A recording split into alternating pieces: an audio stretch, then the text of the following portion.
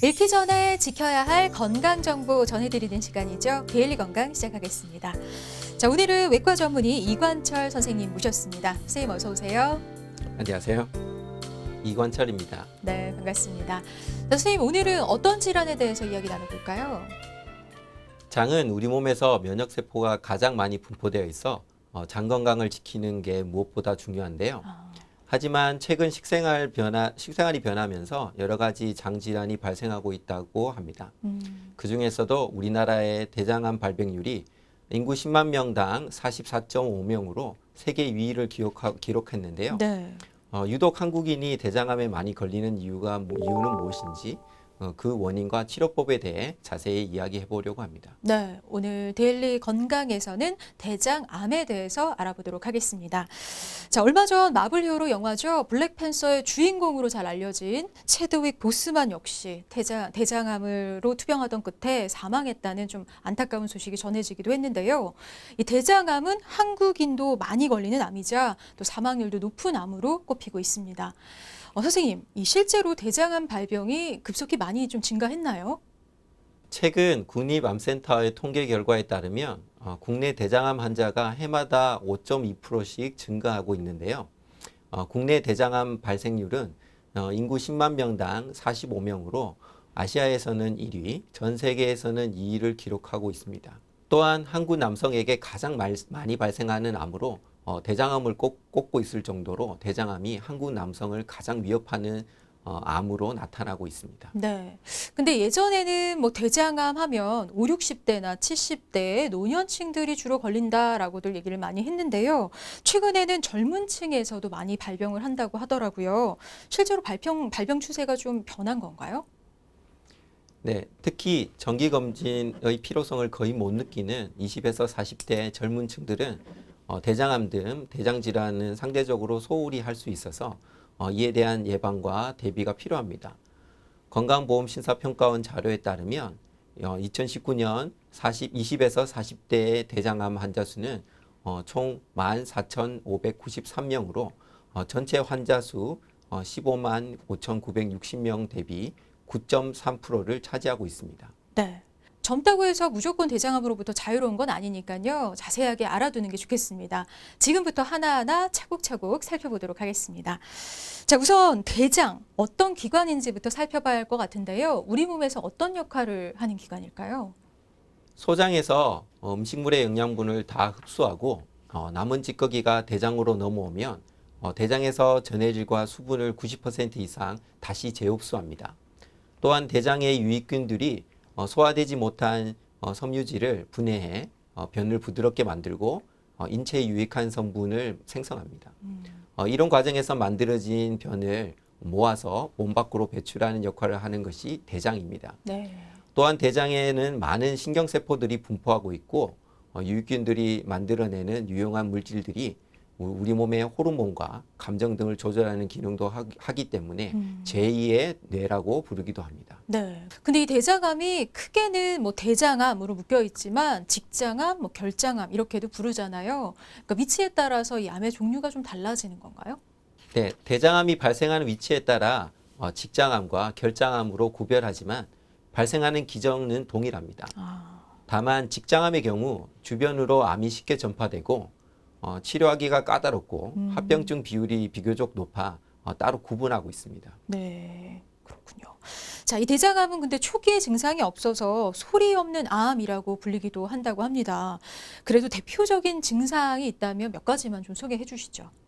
일단 대장암은 초기에는 증상이 없습니다. 암이 커질수록 증상이 나타나게 되고요.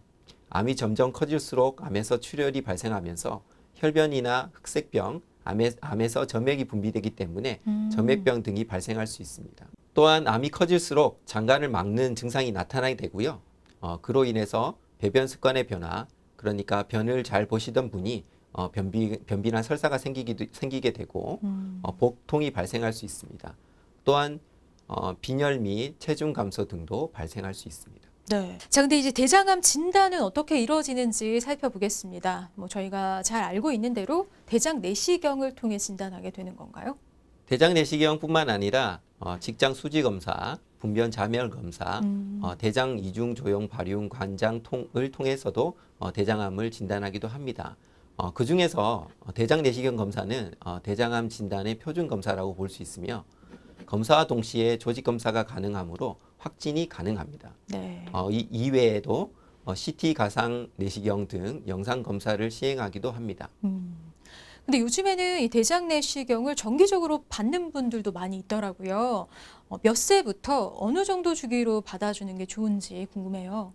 원칙상 50세부터 받는 것이 우리나라 권고안으로 되어 있습니다. 하지만 50세부터 호발하니까 예방 차원에서는 40세부터 받는 것이 좋겠죠. 보통 5년 주기로 지속적으로 받는 것이 좋습니다. 단 가족 중에 대장암 환자가 있었다고 한다면 적어도 가족이 진단받은 연령보다 10년은 앞당겨 받는 것이 좋습니다. 네. 그러니까 증상이 있거나 가족력이나 어떤 과거력이 있다면 그 권고 연령이 되지 않았더라도 대장 내시경 검사를 받아보시는 게 좋겠습니다. 자, 근데 요즘은 대장 내시경 뭐 많이들 하다 보니까 주위에서 대장 내시경 하다가 용종이 나와서 떼어냈다 뭐 이런 얘기 많이 들어보게 되는데요.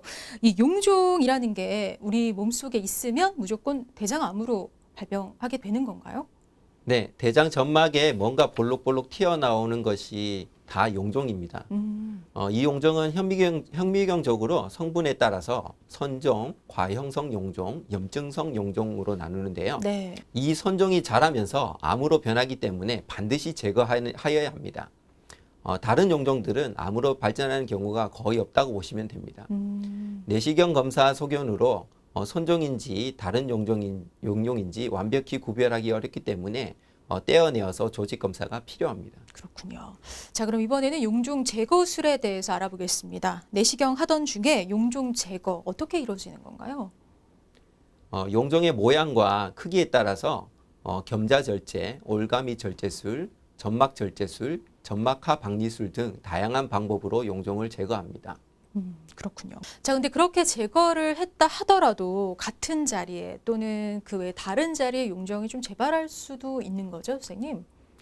네, 용종은 고령화가 원인이기 때문에 50세 이상에서 약 50%의 송종이 발견됩니다. 네.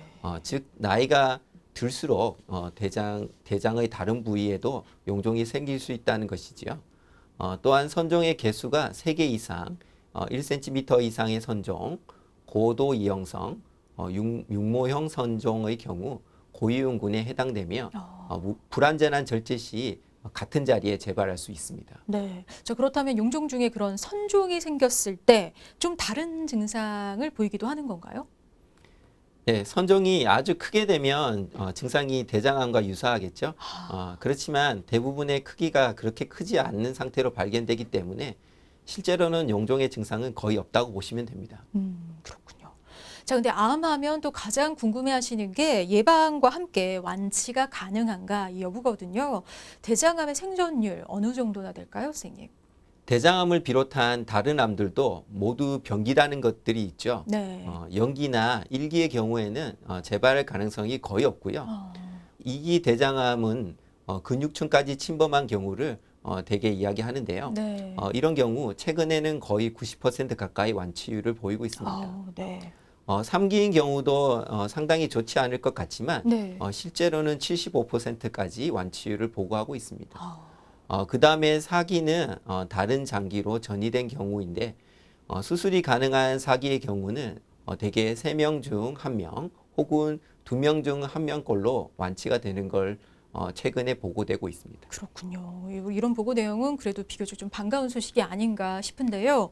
자, 그러면 이 대장암의 경우 치료는 어떻게 이루어질까요, 선생님?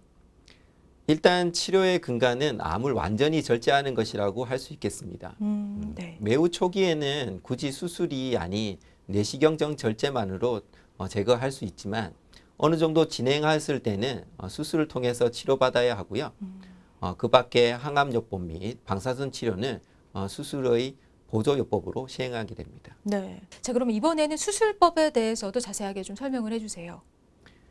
수술은 암이 있는 대장을 포함하여 주변의 대장을 안전거리를 확보하여 충분히 절제하고 주변에 암이 퍼질 수 있는 림프절을 제거하고 다시 대장끼리 연결해주는 문합수를 하는 과정입니다. 최근에는 많은 기관에서 배를 크게 개복하지 않고 조그만 절개창만 통해서 하는 복강경 수술이나 로봇 수술 같은 채소 침습 수술을 많이 하고 있습니다. 이런 채소 침습 수술을 이용하면 통증이 적고 회복이 빠른 장점이 있습니다. 네, 이렇게 여러 가지 치료 기술이 좀 발전되어 있는 것 같습니다. 자, 근데 여러 암 중에서도 이 대장암은 전이가 잘 되는 암으로 알려져 있는데요. 실제로 전이 재발이 많이 일어나는지 또 혹시 그 이유는 뭔지 궁금합니다. 재발로 보면 대장암이 20에서 50%, 위암이 55%, 폐암이 20에서 50%, 유방이 10에서 15% 빈도로 재발하고요. 네. 7대 암에서 재발률이 가장 높은 것은 대장암입니다. 네. 34.7%이고요. 이어서 위암이 30.1%, 폐암이 28.7%, 유방암이 24.1% 순인데요. 대장암은 정기적인 대장 내시경 검진으로 조기 발견이 가능한 암이지만 시기를 놓치게 된다면 다른 장기로 전이가 되는 사기 대장암을 종종 보게 됩니다. 네. 그러나 전이되어서 사기가 되어도 수술이나 항암 치료가 가능하기 때문에 생존율이 약 20%로 다른 암에 비해 높은 편입니다. 네. 자, 이번에는 대장암에 대한 오해들 풀어보는 시간이죠. 팩트체크, 오해와 진실. 첫 번째 질문 보겠습니다. 변비나 치질이 심하면 대장암 걸릴 확률이 높다. 그죠? 변비나 치질이 심하다는 건 대장 상태가 좀 안 좋다는 뜻일 것 같기도 하고요. O일까요? X일까요, 선생님? 답은 세모. 세모입니다. 아, 변비는 대장암에 영향을 줄 수 있습니다. 변비로 인해 대변의 독성 물질과 노폐물들이 대장 점막에 노출되는 시간이 자연스레 길어지기 때문입니다. 네. 반면 치질을 방치하면 직장암이 될까 걱정하는 사람들이 많지만 둘은 별개의 질환이므로 연관이 없습니다. 그렇군요. 자, 다음 질문도 보겠습니다. 비만이면 대장암에 걸릴 확률이 높다. 그렇죠. 대장암의 원인으로 앞서 식습관도 꼽아 주셨거든요. 자, 그렇다면 비만이 영향을 미칠 것도 같은데 올까요, X일까요? 네, 답은 X. X입니다. 비만과 대장암은 직접적인 상관관계성은 낮습니다. 아, 비만과 대장암과의 연구는 활발히 진행 중이지만 아직 비만과 대장암의 직접적인 연관성을 찾지 못했습니다. 단 기름지고 자극적인 음식, 육류나 지방 섭취를 즐기는 식습관은 대장암의 위험 요인으로 볼 수 있습니다. 네. 또 비만이 이미 발생한 대장암을 증식시키고 악성화시키는 데 영향을 미칠 수도 있습니다. 그렇군요. 자, 마지막 질문도 볼까요? 대장 용종수가 많으면 대장암 발병률이 높아진다. 그렇죠. 용종수가 많으면 대장암이 발병률이 높아질까요? 올까요, X일까요? 네, 답은 오. O입니다. 네. 아, 대장의 용종수가 많은 만큼 그 중에서 대장암이 발생할 위험성은 높습니다. 네. 그래서 용종의 숫자가 많으면 내시경 주기를 짧게 하여야 합니다. 네. 자, 이렇게 해서 대장암에 대한 궁금증 여러 가지 풀어봤습니다. 자, 이번에는 대장암을 예방할 수 있는 방법에 대해서 좀 알아볼까 하는데 있을까요, 선생님?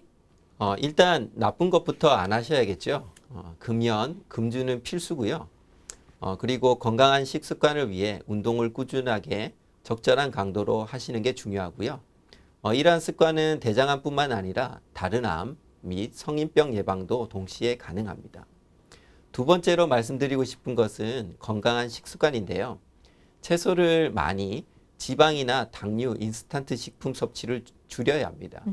다음으로 배변 습관 및 대변에 관한 관심이 필요합니다. 네. 대장암이 의심되는 증상이 있다면 병원을 꼭 찾으셔서 검진을 받는 것이 좋겠습니다. 마지막으로 대장 내시경을 통해 건강검진이 중요합니다.